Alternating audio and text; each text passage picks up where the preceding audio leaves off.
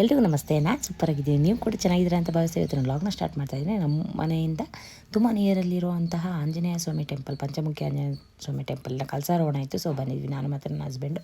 ಅದನ್ನು ಮುಗಿಸ್ಕೊಂಡು ಸಂಜೆ ಅಮ್ಮನ ಮನೆಗೆ ಬಂದು ಕೆಫೆಗೆ ಬಂದಿದ್ವಿ. ನಾನು ಮತ್ತು ಅಣ್ಣ ಸ್ವಲ್ಪ ಏನೋ ತೊಗೊಳ್ಬೇಕಿತ್ತು ಅಂತ ಹೇಳ್ಬಿಟ್ಟು ನೋಡ್ತಾ ಇರ್ಬೋದು. ತುಂಬ ಚೆನ್ನಾಗಿ ಕೇಕೆಲ್ಲ ನಾವೆಲ್ಲ ಇಲ್ಲೇ ಆರ್ಡರ್ ಕೊಡೋದು. ಕೇಕ್ಗಳೆಲ್ಲ ಪ್ರತಿಯೊಂದು ಕೇಕ್ಗಳನ್ನು ತುಂಬ ಚೆನ್ನಾಗಿ ಮಾಡ್ತಾರೆ. ನಾನು ಹಲವಾರು ವ್ಲಾಗ್ಗಳಲ್ಲಿ ಯೂಟ್ಯೂಬಲ್ಲಿ ಕೂಡ ಹೇಳಿದ್ದೀನಿ.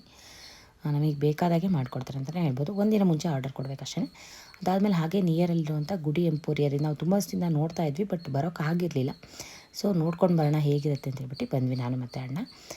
ನೋಡ್ತಾ ಇರ್ಬೋದು, ನಾನು ತೋರಿಸ್ತಾ ಇದ್ದೀನಿ. ಒಂದು ಮನೆಯೇ ತುಂಬ ಕ್ರಿಯೇಟಿವಿಟಿಯಾಗಿ ಸಖತ್ತಾಗೆ ತುಂಬ ಚೆನ್ನಾಗಿ ಮಾಡಿದ್ದಾರೆ ಅಂತಲೇ ಹೇಳ್ಬೋದು. ಒಳಗಡೆ ಹೋದರೆ ಏನೋ ಒಂಥರ ಫೀಲ್ ಆಗೋದೆ ಅಂತಲೇ ಹೇಳ್ಬೋದು. ನಾವು ಹೋದ್ವಿ. ಹಾಗೆ ಮಣ್ಣಿನ ಇದು ಸರಗಳಾಗಿರ್ಬೋದು, ಮಣ್ಣಿನ ಇಯರಿಂಗ್ಸ್ಗಳು, ಆಮೇಲೆ ಶೋಗಿಡೋ ಐಟಮ್ಗಳಂತೂ ಸಿಕ್ಕಾಪಟ್ಟೆ ಇದೆ ಅಂತಲೇ ಹೇಳ್ಬೋದು. ತುಂಬ ಇದೆ, ವೆರೈಟೀಸ್ ಆಫ್ ಇದೆ. ತುಂಬ ನೋಡ್ತಾ ಇರ್ಬೋದು, ನಾನು ತೋರಿಸ್ತಾ ಇದ್ದೀನಿ ನೋಡಿ. ಕಲರಾಗಿ ಎಲ್ಲ ತುಂಬ ಚೆನ್ನಾಗಿದೆ. ಬಟ್ ಕಾಸ್ಟು ಸ್ವಲ್ಪ ಹೈ ಅಂತ ಅನ್ನಿಸ್ತು.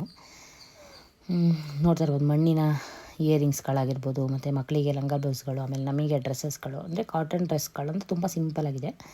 ತುಂಬ ಗ್ರ್ಯಾಂಡ್ ವೇರ್ ಎಲ್ಲ ಇಲ್ಲ ಇಲ್ಲಿ, ಸಿಂಪಲಾಗಿರುವಂಥ ಡ್ರೆಸ್ ಇದೆ. ಆ್ಯಂಡ್ ಯಾರು ಇನ್ನೂ ವಿಸಿಟ್ ಮಾಡಿಲ್ಲ, ಒಂದು ಸರಿ ವಿಸಿಟ್ ಮಾಡಿ. ತೊಗೊಳ್ಳೇಬೇಕು ಅಂತ ಇಲ್ಲ, ಸುಮ್ಮನೆ ವಿಸಿಟ್ ಮಾಡಲಿಕ್ಕೇನು ಕಾಸ್ಟ್ ಕೊಡಬೇಕಾ? ಸೊ ಹೋಗಿ ಅಂತ ಹೇಳ್ತಾ ಇವತ್ತಿನ ಬ್ಲಾಗ್ನ ಮುಗಿಸ್ತಾ. ಬ್ಲಾಗ್ ನೋಡಿದ್ದಕ್ಕಾಗಿ ಧನ್ಯವಾದ.